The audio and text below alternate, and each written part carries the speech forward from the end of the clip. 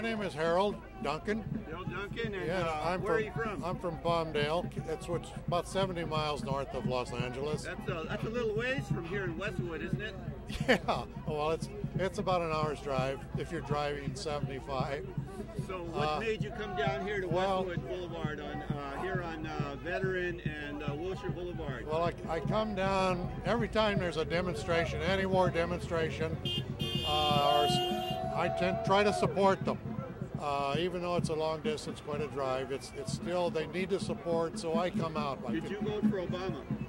No, I did not. I did not vote for Obama. I voted for Nader. I felt that Obama had made it clear, not too clear, but he had made it clear where he stands, and I couldn't see that we're going to get too many changes from Bush's policies, and it turns out that's exactly what happened. The message is that if we could get just 1% of the people out in the streets against these wars, 1 out of 100, we'd have 3.6 million people out in a demonstration, and that would, I think that'd go a long ways in getting the message across. Hi, we're here from the Topanga Peace Alliance. I'm Julie Levine. I'm Michael Adler. I'm Maggie Michelson. Tim Maiman. Albrecht Gumlich. And we got a bunch more over there. And we're here tonight because, unfortunately, actually this is the first major protest around these wars since Obama's been elected president. But the truth is that he's escalating war in Afghanistan, where he promised peace. And the people need to speak up. This is a time where we really need to speak up for humanity. The Afghan people do not want us there. They view us as occupiers.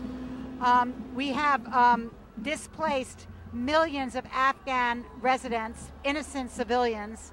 Millions of them are in refugee camps in Pakistan, and over 500,000 are in refugee camps in Afghanistan. Because of our bombs, because of our military, they see us as a second enemy. They say now we have to fight the Taliban and we have to fight the U.S. military too. And the saddest thing is, because we don't even acknowledge that we've caused this kind of massive displacement and that people have just been destroyed in these refugee camps, there are no supplies there and the people are dying of starvation. We've seen live footage now and we know that what we're hearing on the news is just not true. The Afghan people do not want us there. They say women are being raped in record numbers. The reconstruction dollars are never getting to the people. They're being split between these warlords in this sham of a parliament and the contractors. And for example, I can't pronounce her name, but Malalai Joya, who I recently heard speak, the most famous woman in Afghanistan, who was ousted from the parliament because she dared to speak up and call out those warlords in the parliament, in our puppet parliament on the table. She is still speaking out, and as a result, she's had 4 assassination attempts. She needs all of our support right now. We need to be speaking to the people. The people are asleep at the wheel. I think they don't want a war, but they don't understand. They want to give the president a chance. They say, well, you know, he's saying he'll get out by 2012. Baloney! How have you heard that an escalation of war and killing leads to peace? It just doesn't. That's Orwellian. That's 1984. I don't care who our president is. This is somebody who's a puppet of the military-industrial complex. We really need to speak out. We need to be out. We need to do everything that we can do to end this destruction. Did you vote for Obama? Did the rest of you vote for Obama initially? I personally voted for Obama because I felt that he was the better of two evils and because I felt he was a diplomat and that he believed in peace. I tonight am sorely disappointed by Obama. I worked hard for him as the peace candidate, and here he is sending troops to war just like our former President Bush. I must say I'm very, very disappointed. I had hoped that he would use diplomacy. We are going to be spending $100 billion on these troops now. With $100 billion, we could buy the entire population of Afghanistan. It's really a disappointment to see this happening. If you want people to support like the Topanga Peace Alliance, is there a website for them to go to?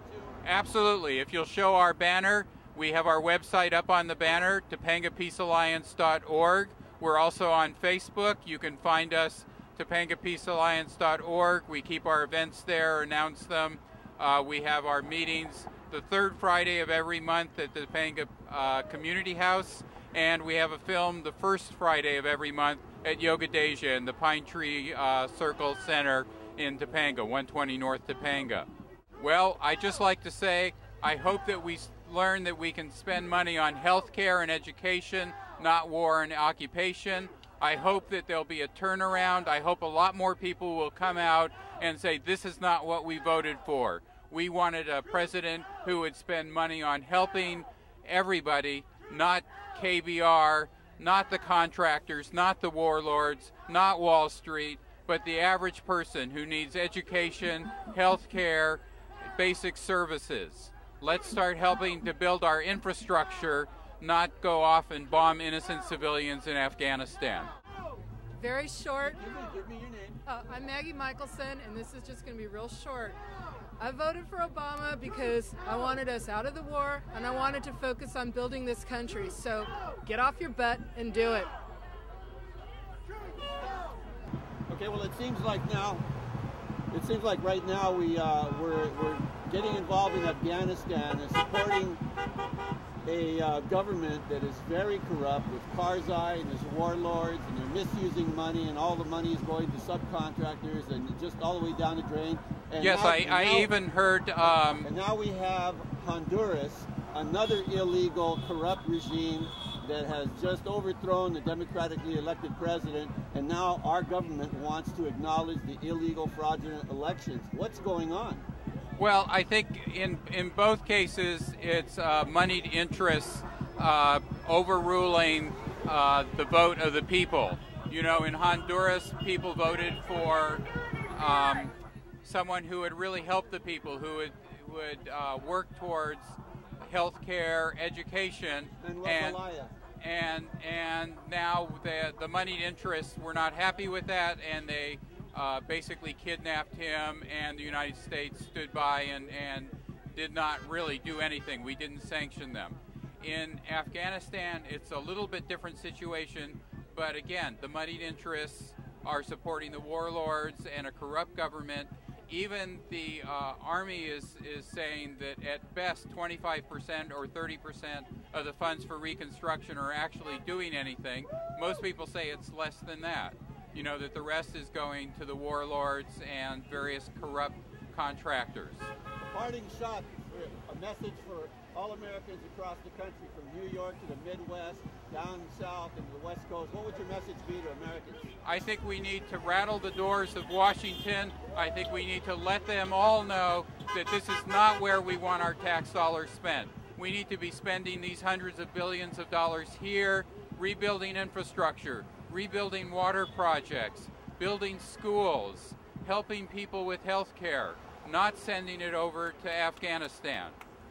We also need clean elections, because right now all of our government officials are paid off, really paid off by corporate interests, whether it's the military-industrial complex or big pharma, the largest lobby in the United States. So health insurance companies, nobody is really able to represent people when they're in bed with and receiving campaign contributions from large corporations. They're really running our government right now, and we really need a revolution. We need to take the government back from this corrupt leadership. We really do need public-sponsored elections and stop allowing the corporations to buy the politicians, because that's really where it's at today.